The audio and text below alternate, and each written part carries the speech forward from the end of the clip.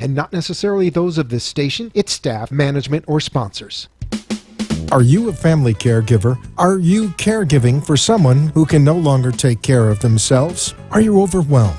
This is Caregiver Solutions Info with Marcia Teal. Marcia will be hosting an hour of true stories and information, tips and updates of the latest research and necessary information in the caregiving field, focusing on you, the family caregiver. An Alzheimer's disease and dementia care expert, Marcia has 15 years of hands-on experience at Arden Courts, a leader in assisted living dementia communities here in the U.S. Marcia covers everything you need to know as a family caregiver, especially if you care for a loved one with Alzheimer's disease or other related dementia or chronic illness. If you have a friend or relative that is also a family caregiver, call them now. They won't want to miss a minute. And let them know they can watch on caregiversolutions.info. And they can listen on WNN 1470 AM in South Florida or nationally on the iHeartRadio app. Now, sit back, relax, and learn from our host, Marcia Teal, as she brings information to you that may just be the caregiving solution you need. Welcome, everyone, to this episode of Caregiver Solutions. I'm so happy that you have joined us. We are in a new year with lots of new challenges, lots of new information. So happy that you found us. We also have a new time, and our time slot is now 6 p.m. to 7 p.m. every Tuesday. So mark that on your calendar so you won't miss a single episode of Caregiver Solutions Info Show. I'm your host, Marcia Teal, and on this program, we talk to, for, and about caregiving and dementia. So if you're an unpaid family caregiver, this show is perfect for you. If you know someone who is caring for someone that can't care for themselves, this show is for that person too. So share the information, pass it along. We give lots of great advice, tips, expertise, things that you probably wouldn't get unless you listen to the show because you might not have access to all the wonderful professionals that we have here. So we ask the questions of things that you would like to know, and you get that information perfectly free in the privacy of your own home. You can listen to us on the radio. South Florida, we're on local radio. Anywhere, you can listen to us on the iHeartRadio app under WNN 1470. And, of course, you can catch us live stream every Tuesday out of Boca Raton on the website caregiversolutions.info. So again, happy January. We are entering a new decade even. A lot of people have resolutions for the month of January. We talked last week about having new resolutions and how caregivers should, start working towards some things that are going to make their job, their life, a little bit easier when they're caring for someone. So today I have a real treat. She was on our program maybe 3 or 4 years ago, and since then she's gotten even bigger and more in demand, and I'm excited to have her be with us today. She is a professional organizer. Now, I've been thinking a lot about this because since January 1st, I myself have been trying to get my life in order, my house in order, my garage in order, and I have literally spent hours and hours since January 1st working in my garage to make a 3-car garage accommodate 2 cars. So it's not easy. So we're going to talk to a professional organizer today that's going to help us learn how to organize and why it's important to organize. I mean, there's reasons why people are stressed out, and we're going to find out how this can help us. So without further ado, I want to introduce to you my special guest, Eileen Becker. Hi, Eileen. Welcome. Hi. Thank you so much for having me on the show again. I am so excited that you're here because your company, I Declutter You, has been decluttering people for a long time, and it's January, and this is the time of year that people start thinking about that, right? After the holidays, there's a lot of excess. So we're going to talk about that, And I guess the first thing I want to let everybody know is that you are a professional. You belong to a professional organization. Which organization is that called? It's called NAPO. It's a national association. It used to be for professional organizers. Now it's for productivity and organization. It's like a tongue twister. Yes, it is. National Association for Productivity and Organization. So you're considered a professional organizer. You belong to this professional organization and this association. Why do we need professional organizers? I mean, in the old days, we just, threw stuff out. But how have things changed? How have our lives changed so much that now we need a professional to help us declutter? Well, I think that people have more stress in their life. They have more things in their life. We have things that are passed down to us from other generations. We have demands. We have children. We have expectations. The lady doesn't sit home anymore and isn't just a housewife. She's out there in the business world. There's just so much going on. We have so many small businesses that we run too, and everything is stressful. And when you come home at night, you want to pour a glass of wine, you want to watch TV, you want to make dinner and enjoy your kids and your family. You don't want to organize your garage. Well, I can agree with that. There's a lot of things I'd rather be doing than being in that garage. So what you're saying is our lives have gotten busier, and sometimes we have other priorities. Right. And it's important to have priorities. Right. But eventually it piles up, right? Okay. And when it piles up, what do people go through when life piles things on top of them? I mean, I know for myself, I know I have something, I just need to put my finger on it, and it's harder to find. But all of the stuff that we accumulate, what does it do to us? When we die, we can't even take our stuff with us. When we die, we can't take our stuff with us. It's just stuff. We spend our whole life making money to buy things. And then when we pass it on, or we pass it over. So I do have an estate buyer that buys high-end things. I have a flea market person who buys the lower-end things. I have someone that tries to help sell furniture, which is really hard to sell. But, we also feel that we want to get money. We spent money, and we want to make a little money for it. I also help people, realtors, stage homes. If you hire a professional organizer, your house is going to sell for more because it's going to look so much better. Because if I'm going to get in there, I'm going to get all the furniture out that makes it look cluttered or stressed or unpretty. Yeah. People go into someone else's home, and I don't think that sometimes you realize how cluttered it is until you maybe a first impression, right? And because I think people get used to their own clutter. That's true. Don't they? And then somebody walks in with fresh eyes and can spot, the pitfalls and see where things can get cleaned up. And it really makes a huge difference, right? So I just put away all the Christmas decorations last week. I'm like, wow, it looks bigger in here, right? Because it was like all the decorations, and it was cluttered, but that was Christmas clutter. So fortunately, it doesn't hang around all year long, right? Just at the holidays. But because it's the holidays, and because there's clutter and lots of other clutter, there's Hanukkah, there's Christmas, there's New Year's. It just adds more to our life, and we're talking stress here. So this is for caregivers. This is for anybody. Well, actually, it's for anybody, right? Because anybody can benefit from decluttering.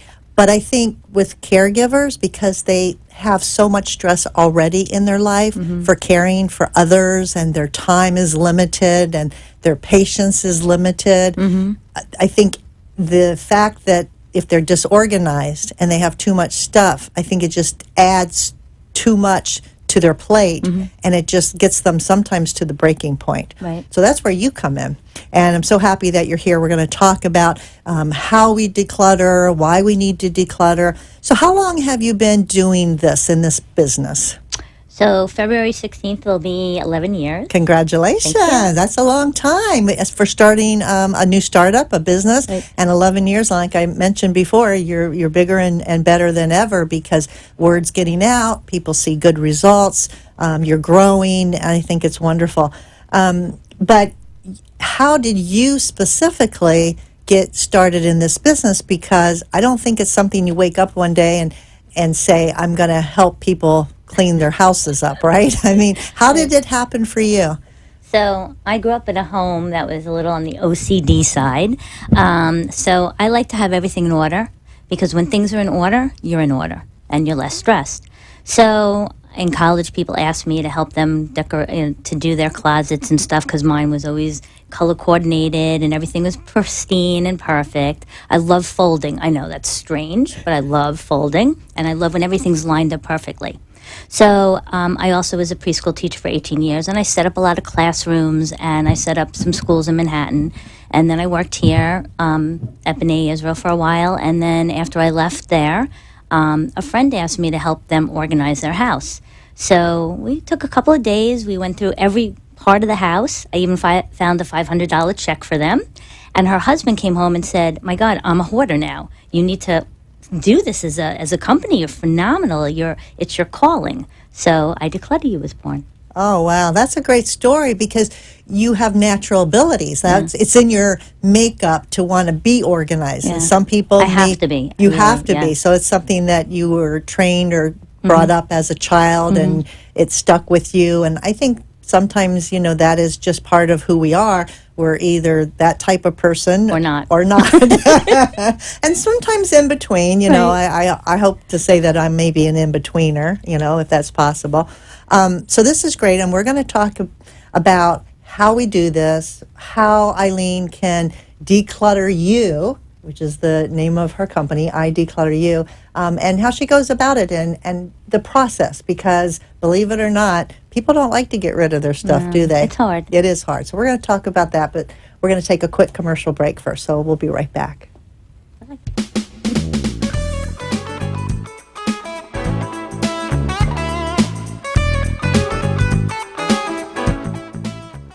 Arden Courts is not just a place to live, it's a place to call home. Residential living combined with quality caregiving. This is the philosophy behind Arden Courts. Communities created exclusively for individuals with Alzheimer's disease and related dementia who would benefit from a safe and structured environment. For additional information about any of the unique services Arden Courts provides, call 888-478-2410 to locate a community nearest you. Inquire about our educational seminars, resource library, or support groups, or simply feel free to ask questions you may have about Alzheimer's and related dementias. At Arden Courts, we know, we understand, and we can help, because memory care is all we do. Remember, call 888-478-2410 for additional information about any of the unique services Arden Courts provides. You are listening to your host, Marcia Teal, an Alzheimer's disease and dementia care expert on CareGiverSolutions.info. If you have a question or wish to share a story, call into the show at 888-565-1470 and talk with Marcia. Now, back to Caregiver Solutions. We're back, and my special guest today is Eileen Becker, and her company is called I Declutter You, and she's here to talk about how she declutters people's lives. So again, welcome. So great to have you here. It's January. Hi. People are thinking about decluttering, getting rid of things. I know that all the store brochures and pamphlets are full of organizers, bins and baskets and all kinds of things to help us. So obviously this is on top of people's minds. Right. But my big question is, how can decluttering and organizing actually benefit a person? Besides maybe helping us figure out where to find things, but why is that important? Well, because we're talking about caregivers, say you're a caregiver, and whether it's in your family's house or someone that's hired you, and say the person falls or they need Band-Aids or they need something. If it's a disorganized house, how do you find where everything is? So what I do is I take everything and I put it with their friends. So all the Band-Aids and all the ointments and anything that would be together would be in one drawer, one little bin, or organized things. Then regular stuff. Maybe you need the toothpaste ran out, and you can't go run to the store. You need to find where it is. So everything has a place. Just like you have a home and you go home to your house, the stuff needs a home. And when things are in their place, the world feels better. So it could actually benefit us in a health way, right? Because like you said, what if you can't find something you really need to get your hands on and you're searching all over because it's not where it's supposed to be, or it's not in a thoughtful place where people would think, especially if you're a caregiver in someone else's home. So that's really important. So it sounds like clutter messes us up. Is it just physically messing us up, or does it mess up us other ways? If we're messed up here, think about it. If you walk into an office, let's say you're going to go meet with a financial advisor, and his desk is filled with clutter. What's your impression about that person? Do you think they're neat Hopefully and tidy he knows and where perfect? everything is and doesn't mix my financial papers with somebody else's It could financial happen. papers. It could happen. You know, people say, "Oh, I know where everything is." Well, you do to a point, but when you're under that stress, you got to get that number. You got to get. Come on, you don't. You're like, just the same thing as you write a number down on a piece of paper and you put it down somewhere. Oh my God, where? Or how about the cell phone? It's in our head, and we're like, "I can't find my cell phone. I got to go." Or you're looking for your reading glasses Right, and they're on top of your head. right, exactly. I can't tell you how many people that I know that's happened to. They're looking and then they feel them on top of their head. But that's all caused by stress, not paying attention, too much going on in their lives. So again, this is going to help us, like you said, both physically and mentally and probably emotionally too. It's funny you're talking about the reading glasses, and you get to that age and they're your best friend. So what I do with reading glasses, I tell someone to go to the dollar store and buy like 15 of them. Put them everywhere in your house. Put them in your pocketbooks if you're a woman. Put it in your man bag if you're a man. Put it in desk drawers, everywhere. So you're like, oh my God, I can't. Put them in your car. So, that way you know where they are. Even if you don't know where they are, they're there. Well, I can tell you I'm on my way to being a professional organizer because I have a pair in my office at home, in my purse at work, in the kitchen drawer, Awesome. in the family room, in the car, the little little thing overhead above in the car. I just figured, hey, wherever I am, I need to read, right? Yeah. But these are tips that are going to help us live a easier, less stressful life, right?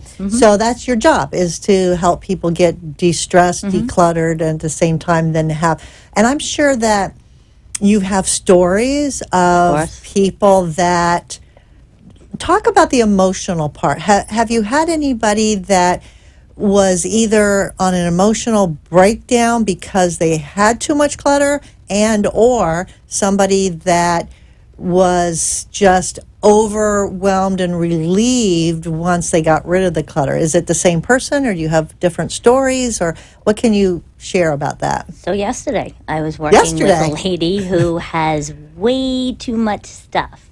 She has bags of laundry from 2-4 years ago. She has boxes. Her kitchen, people like to buy things. And sometimes when they have depression, or they're sad, or they had a fight with their spouse or their kids, they go out and buy something. It's called retail therapy. Exactly. So some people have no, stopping of retail therapy because the void inside is not ever, met by buying this. So this person I was working with yesterday, and actually today another person too, told me when I first walked in that she was ready to get rid of stuff, but the emotional ties to every single thing in her house was so great that we had to make piles, and I had to leave some piles. And then the other thing is, if you make money on some of the things, like having someone come and buy some of the stuff, or you sell it, sometimes it's a little easier. Plus, I also give a lot of the towel sheets and blankets to the animal shelters. So people that like animals really feel the connection with that. So at least they're doing something, a good deed. So it's just really hard to disconnect yourself from things that you love. Well, when we buy things, it makes us feel good, and sometimes it's just temporary, right? And it's a temporary fix for something else, like you mentioned. But then we end up with things that we don't really need, we don't use. We've all heard stories of people that pass away, and in their closet are just racks of clothes that still have the tags on them that they never even wore. But how does someone, like maybe the people that you helped yesterday, how do they get to that point? How did their life make it so that they said, I need help? Because obviously it's a long time in coming, because this clutter didn't happen overnight. No. Do they tell you why they're calling you, except not just I need to declutter, but do they give you a real reason of how it's affecting them, or do you not really get into the whys of it with them? So I don't need to get into the why, because that's going into their personal space, which a lot of times they will start telling me, because I am like a psychologist and I do have a master's in education and a minor in psychology. I didn't think I'd be using it. But so what happens is when I talk to them on the phone, I kind of want to find out why they're calling me. Because some people are not ready, just like most people say, I want to lose 5 pounds, but they're not ready to actually not eat the foods that make them not lose that weight. So as far as them telling me, it's a confidentiality kind of Sure. situation too. But I think that sometimes you get to the point where you're like, I've had it. You're looking at the clutter. It's taken over your life. You don't want to leave your house. You don't want anyone to come over. You're embarrassed of you and who you are and what you've become. And some people, at that point, they hit a breaking point, or maybe the psychiatrist, or maybe their family, or someone died, and they just hit the wall. So sounds like sometimes you run into hoarder situations. A lot. A lot. So it's so bad because there's TV shows about hoarding. I won't do things that move if they don't have a cat. But the hoarders, Yeah. I mean, it's so bad. There's a TV show about that. And those are the people that either stay in their home or, like you said, don't want anyone to come in because you sometimes physically can't get in the house. And so have you helped people in a hoarding situation? I have. I mean, it depends. I can't do something that's piled up to the top, because that takes hours and weeks and months and years, and it's very costly. But I do help there's 5 stages of hoarderism. Most people are 1, 2. A lot of garages in Florida are, a situation. We don't have basements here, so we do put stuff out there. We're like, well, we got a new printer. Oh, let's put the old one out there. Maybe we'll need it, or the old television, or the phones, or everything goes out in the garage. So a lot of, if you're driving by, people's garages and you look in, you're like, wow, look at that. So that happens a lot. But there's a fine line between what's really a sickness and what is it that your parents died and you can't let go of your parents, so you keep that stuff. So there's different levels. And so, 1 to 3.5, 4, I could work. I can't work with the show. That's to the point where a junk haul company, which I do have, I can have a junk haul. I have, someone who will do a clean out like that. But that's so emotionally connected that it's too above my head to do that. Well, that is the extreme, I can't do that. obviously. So why can't people let go? I mean, I know that when you say, well, let's keep the old one, it's really not broken, but I got a new one. Why do we keep the old one? For a rainy day? We might need it. We might run out of money and we can't afford it, or ours might break. So it depends also. So if I'm working with someone who really has, doesn't have the money to go buy the second printer, but sometimes they have 3 and 4 out there. So let's keep the newest of the old ones, and let's, organize it in the garage in a certain way. But the thing is that people also use the garage, or if you have closets and space, the more space you have, the more stuff you just throw in the drawer or into the junk closet. So the thing is that if it's not organized in bins, if you can't close the bin, you got to take something out. Also, you buy clothes. I tell people, do not buy more hangers. use the ones you have. So if you buy something new, great, because we all want new stuff. Take something old. So one of my clients once called me and said, I kind of listened to what you said. I went shopping today, and I put the new clothes on top of the old clothes. I go, no, you're supposed to get rid of the old clothes. So they always say, throw something out if you buy something new. Right. But if you're really bad, throw two things out when you buy one thing new, because that'll help, you know. And you have little tips. I remember a few years ago you told us that put a bag or A white bag. in your closet, even if it's a hamper, you know, like a dirty clothes hamper, you can use it to put things in that you try on, and 3 strikes, you're out. 3 strikes. So if you don't wear it after the third time, it should go in that Right. in that well, basket. think about it. You try something on, maybe you're a little bloated, you gain some weight, you're not feeling your best, you put it back in. Try it on again.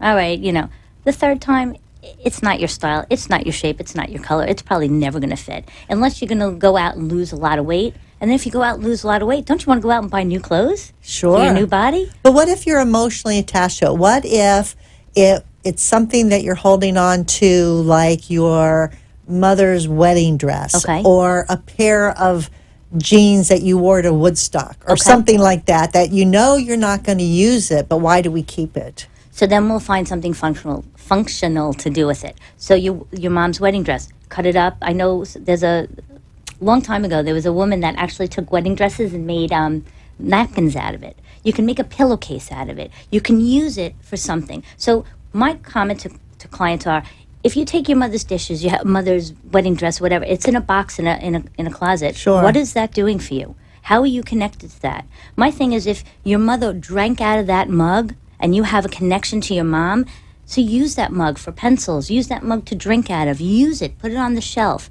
But the other 20 mugs have no meaning to you. You're not attached. Right, those jeans from Woodstock, cut a couple of patches out, put it on a jean, put it on a shirt, do something with it. I know people have T-shirts coming out of their drawers, like busting out. Make them into a quilt, make it into a jacket, do something fun with it, so that you're not just putting it in a closet, putting it in a drawer. You're putting it on your body, you're putting it in your heart.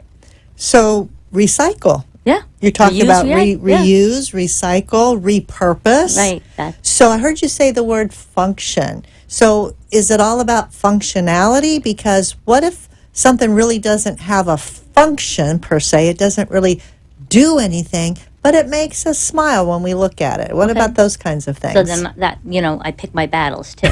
So it's like, so I don't do does it spark joy or anything like that, because most people would probably throw out everything but chocolate and, wine.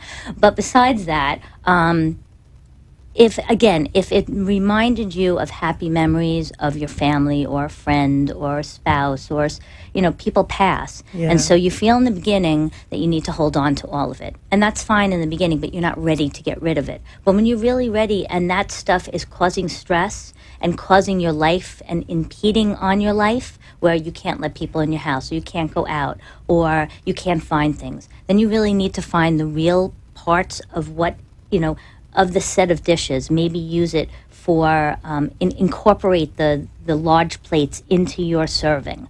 Do something to make it function for you. And if it's something you really you can't get rid of, then you put it in a bin and you label it memoirs or mom's box or whatever you want. Because as long as it's not, taking over your closet, 25 your life. bins. Right. You can condense it, Right. and it's okay to keep it, Right. but as long as it's manageable. It's negotiations and piles. Yeah, I can see that. Oh, I, yeah. I definitely A can lot see of that. and then I also tell my clients, basically, think about this. You called me in because you need to get rid of things. So you really need to think, is this thing here gonna help me in life? Am I gonna use it? Or do I need it? Or if I got rid of it, am I gonna be okay?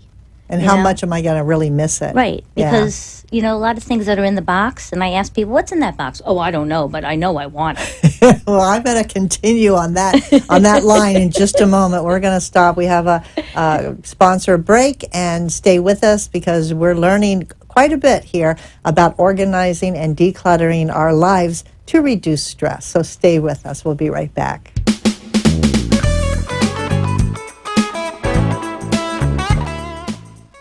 Arden Courts is not just a place to live, it's a place to call home. Residential living combined with quality caregiving. This is the philosophy behind Arden Courts, communities created exclusively for individuals with Alzheimer's disease and related dementia who would benefit from a safe and structured environment. For additional information about any of the unique services Arden Courts provides, call 888-478-2410 to locate a community nearest you. Inquire about our educational seminars, resource library, or support groups, or simply feel free to ask questions you may have about Alzheimer's and related dementias. At Arden Courts, we know, we understand, and we can help because memory care is all we do. Remember, call 888-478-2410 for additional information about any of the unique services Arden Courts provides. You are listening to your host, Marcia Teal, an Alzheimer's disease and dementia care expert on CareGiverSolutions.info. If you have a question or wish to share a story, call into the show at 888-565-1470 and talk with Marcia. Now, back to Caregiver Solutions. I'd like to take this opportunity to thank our national sponsor, Arden Courts Memory Care Communities. Arden Courts has about 50 assisted living memory care communities throughout the United States, with 10 of them being right here in Florida. Arden Courts is a leader when it comes to memory care and helping people to live better quality lives that have some form of dementia, and they also help those family members that are struggling because they provide a lot of resources to help families and caregivers along the way. It's a tough journey. And one of the things that Arden Courts would like to do for you today, just because you're watching this program, is give you a copy of the 36-Hour Day book. This is a wonderful book written by Dr. Peter Rabins and Nancy Mace, and it's in its 5th edition, which means it's always being updated, and it's a very popular book. It is a great resource for caregivers to help you understand negative behaviors and terminology and definitions. And you will go to this book if you have an issue, or you can read it from front to back. It doesn't matter. It will be helpful to you. And if you'd like to have your own copy, all you have to do is call the toll-free number, which is 888-478-2410, to get your free copy of the 36-Hour Day book. Give them a call. This is the toll-free number for Arden Courts. Tell them that you heard about the offer on the Caregiver Solution Info Show. They'll get your name and address and make sure that they mail a book to you. You'll be really glad that you did. And if you know somebody that would benefit from having this book, call for them and give them a gift of help. We all want to help people. Sometimes we don't know how to help. This would be a great way to help. So give them a call, again, 888-478-2410 for the 36-Hour Day book. So my guest today is Eileen Becker, and she has her own company called I Declutter You, and she is here helping people for 11 years decluttering their life, their homes, their minds, their personal space. Do you do offices, by the way? Yeah, small offices. Okay. No, I really like to stay with the residential because I like to do what I'm really good at. Yeah, well, we all have our fortes, and I know that's yours. I know a lot of people have used you and have been very, very happy because they, for some reason, always say, I couldn't have done this without your help. But where can someone start, or should they start and try to do it themselves? Sure. They should. So what would be one of the first things if you were to say to somebody, you have an issue, but you could start, and if you can't continue or you hit a roadblock, you can call me, right? So what are some of the things that people can start with on their own? Okay. So basically that's what I do. So I do a little bit of a phone interview first, and then I do a free consultation. And basically what I do is I give them homework, let's say. Homework. So, yes, so kind of like, and it's great that you remember about the bags. I love that. So I tell people, go out and buy black and white garbage bags. White would be for donation or charity or something that you want to give away. A black would be physical garbage, ripped, stained, broken, things you really can't use, reuse, or functionality, anything like that.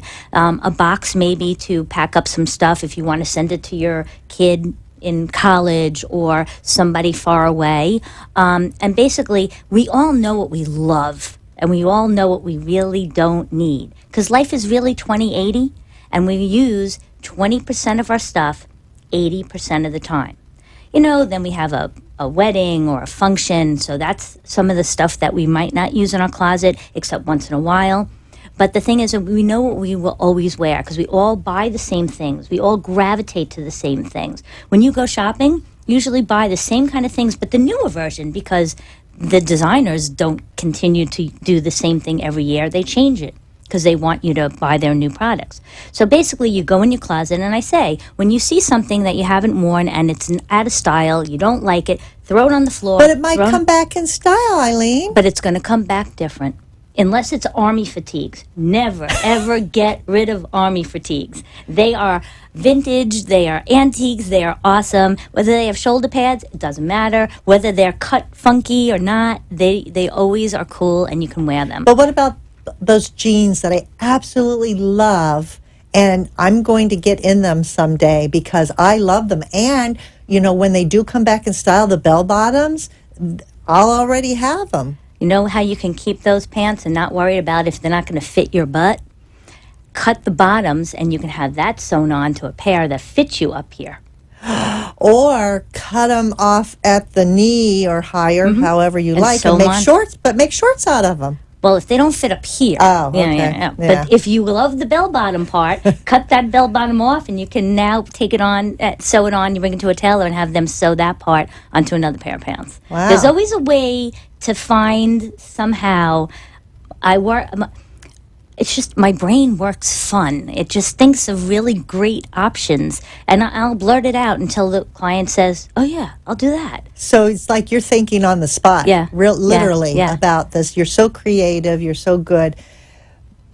And what about something like a memory that it's big, right? Okay. And it's taking up so much space, but we really have to have it somehow in our life, but it's huge. You mean like a poster or picture Or even bigger, furniture? a piece of furniture. Okay. And we don't have room, but we don't like to let go. What can someone do with that? I know that, it's really hard. And you're talking about people's emotions and their lives, and you come up with creative solutions. So what do you say to somebody that is having a really tough time of letting go, something that they love, That's huge. but they can't really use it anymore, and it's big?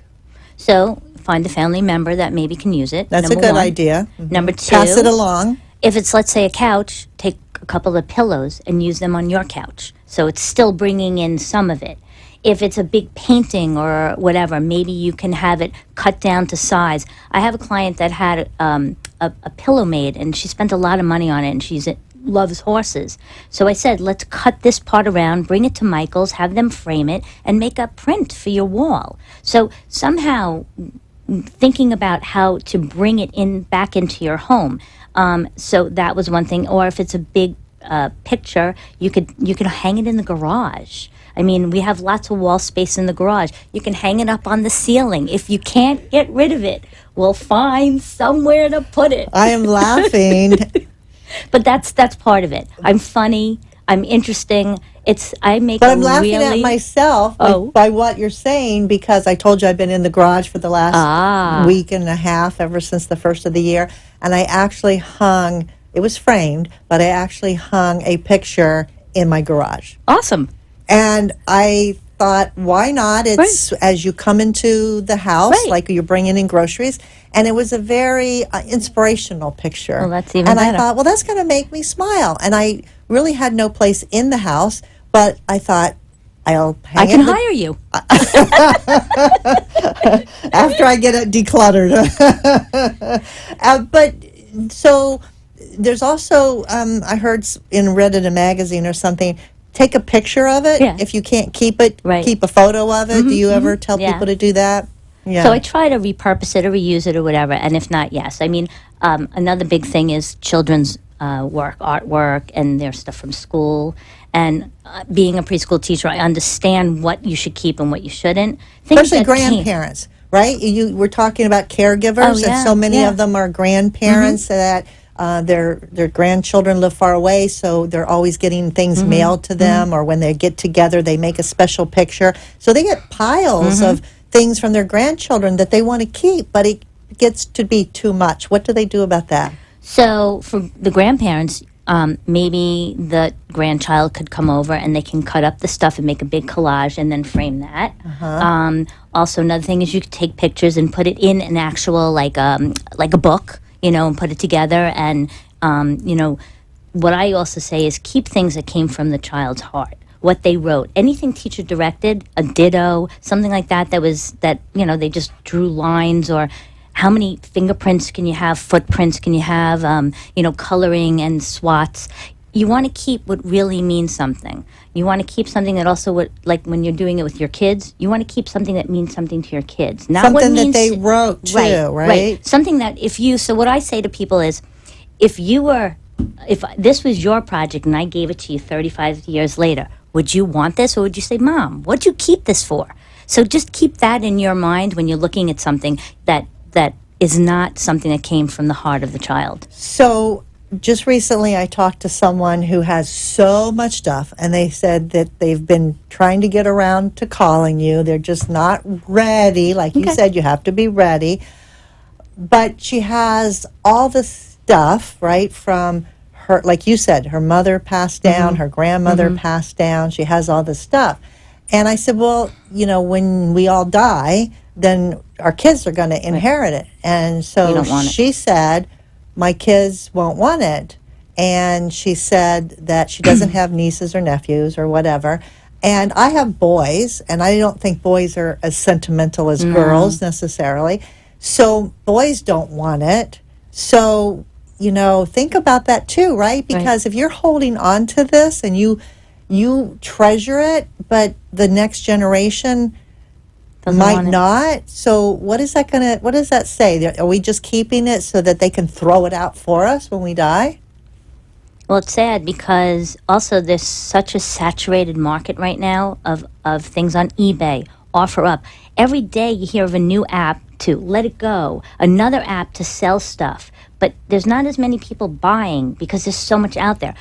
The generations, younger than us, the millenniums, they want to use paper plates. They don't want to use dishes. You don't even, most of the millenniums now, or whatever the next decade is, their registry is like stuff that's electronic and whatever, flying cars are not China and silverware. They don't care about, right, exactly. I mean, yes, my estate buyer loves to buy silver, real silver, and certain pieces of China will sell baccarat, lalique, the high-end stuff, Yadros and Hummels. All those things are done. They had their day. They were expensive. They were treasured, but they're not what anyone's buying. And everyone says to me, I have all these Yadros and all this stuff, all these porcelain dolls. They're not selling, unfortunately. And these are things people collected all of their lives. Yes. Collectors, right? And collections go through changes. Even the little stuffed animal Beanie Babies. Oh, yes. That was a big one. That was a big one. I have a girlfriend, she says, I've got just about everyone,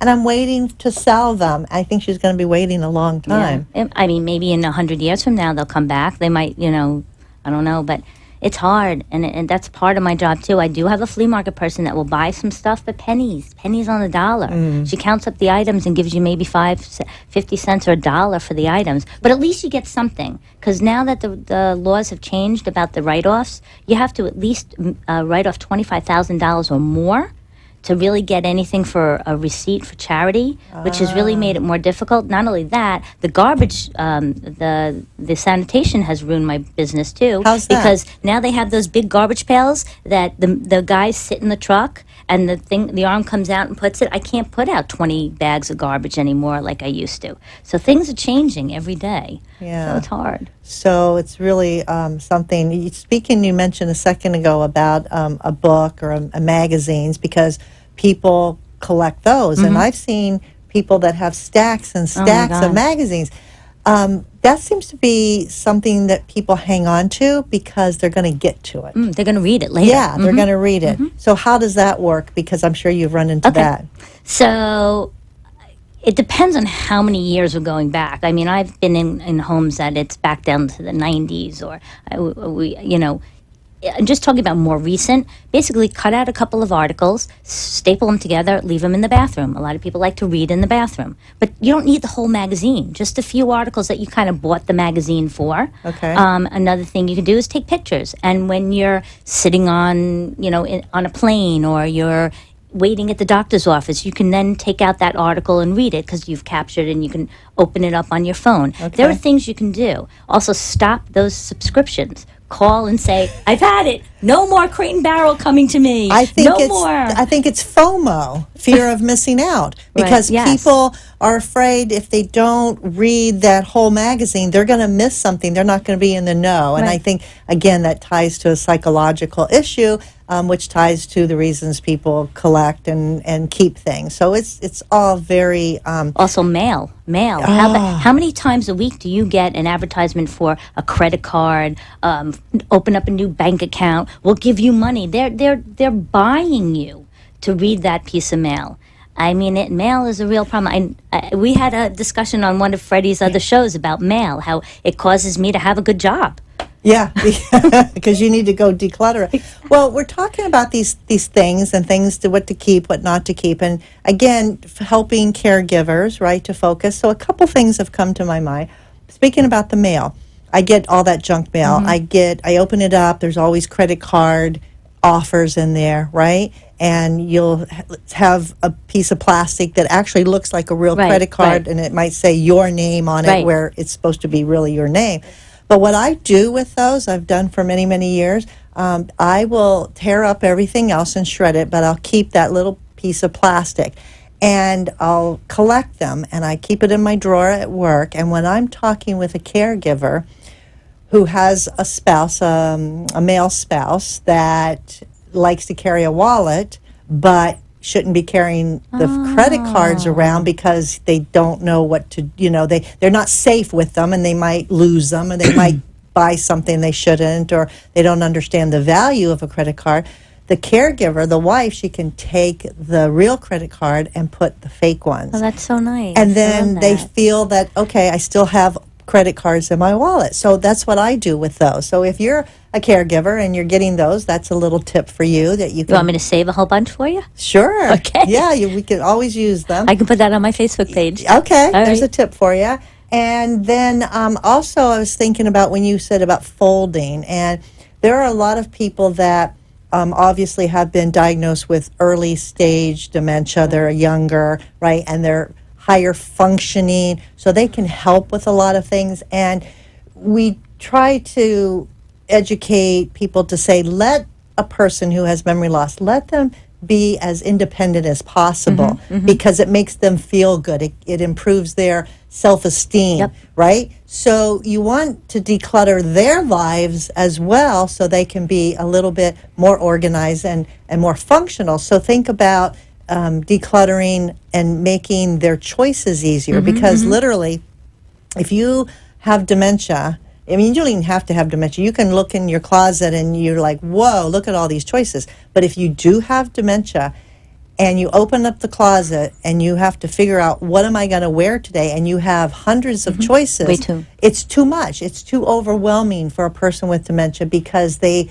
kind of freeze up. They can't pick because they're afraid to make the wrong choice. So if we narrow down the choices To that 20% to or that, 25%. absolutely. You know what I give as an example? I say the cheesecake. Remember they had that menu, and you would flip and you would look, and there were about 50 salads on that menu.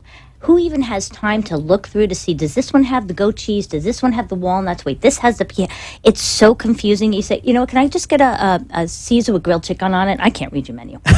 Because There's too many much, choices. Right. And it's overwhelming for most people, but especially people that actually have dementia. Right.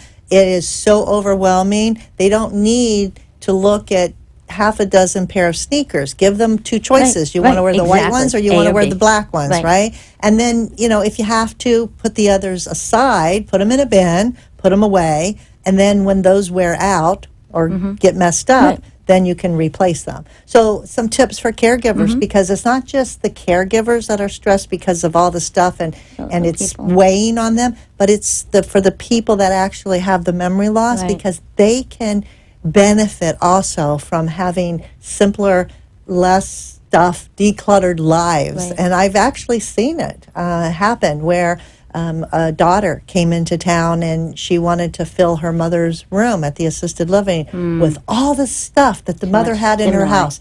I mean, literally filled it up, put in bookcases, and every single wall space was filled with something. And before the daughter got there, the mother had already been there about a month because the daughter was from out of town. She came into Boca, she went to mom's condo, she got all this stuff and she put it in.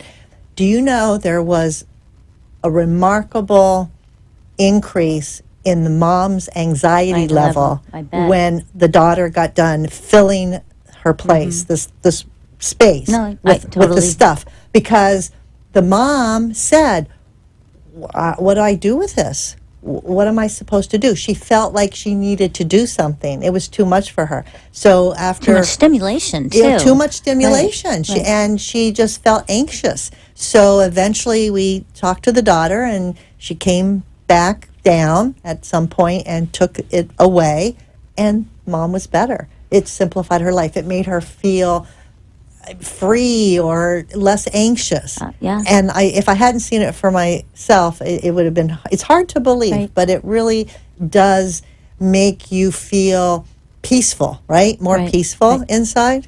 So when I do playrooms for in homes, because I was a preschool teacher, if you give kids too much stuff, which they have, they only focus on it for a second. If you don't give them that many things, then they actually have to play with it. So I tell people, you put everything in a bin and you put them up high. You rotate the things that you want them to play with this week. Let them choose. Pick out 10 toys you want, bring those bins of toys down, let them choose, then you rotate the toys up. The same thing with someone that has dementia or memory loss. You give them just a little bit, rotate the stuff for them so that they're empowered. They feel self-esteem. They feel good about themselves. Same way the kids, they can clean up. They can do things. If you empower them and you don't expect too much, then Well, and that's a key word too, expectations, right? Because a lot of caregivers expect things, Right. and they still expect their loved one to remember how to do things, remember where things go. Mom, no, that's not where the spoons go, right? That's not where the bowls go. Right. So if you limit the things in that space, it's going to be a lot more obvious to mom where things go. So that's going to help her too. So real quick, before we end, because I can't believe the hour's gone by my God, so it's an hour fast. already? How do people contact you? So you can contact me, 954-415-6268. I think my sign is I'm also on Facebook. I have a website. Best to give me a call. I will talk about what's cluttering you. And free consultation. Yes, I give a free up to 1 hour And consultation. you charge by per the hour. Yes. So it depends on how cluttered you are. So if you're really cluttered, get out your checkbook. If you only have a little bit, you're going to be, that's another reason to help declutter, right? Right. So it doesn't cost Right. you, right? Well, I'll give you homework. I'll say, now make some piles of this. Go through the piles when you get home. See if you can eliminate stuff.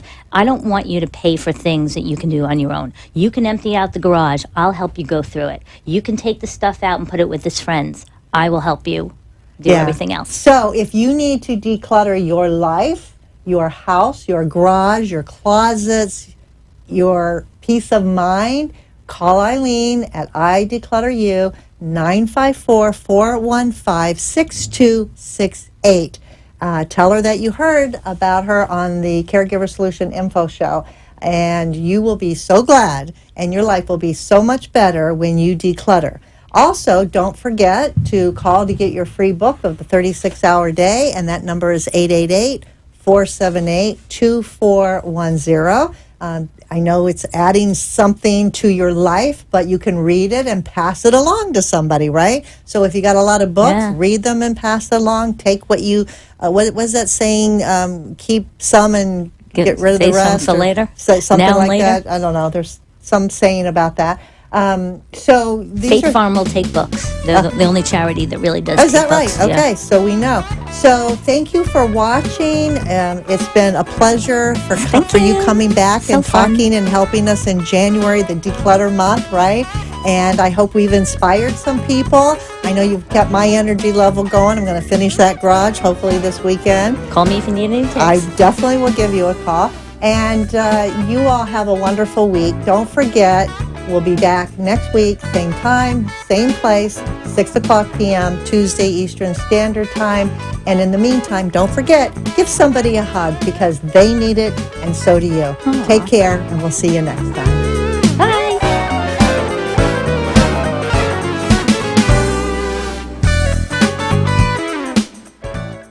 Thanks for joining us for this week's Caregiver Solutions with Marcia Teal. Join us next week as Marcia, who has 15 years of Alzheimer's disease and dementia care experience, brings you more needed information to help with the care of your loved one. This show can be seen again on caregiversolutions.info, and questions can be left on the site, which may be used on the program to help others. See you next week for more Caregiver Solutions. The opinions expressed on the preceding sponsor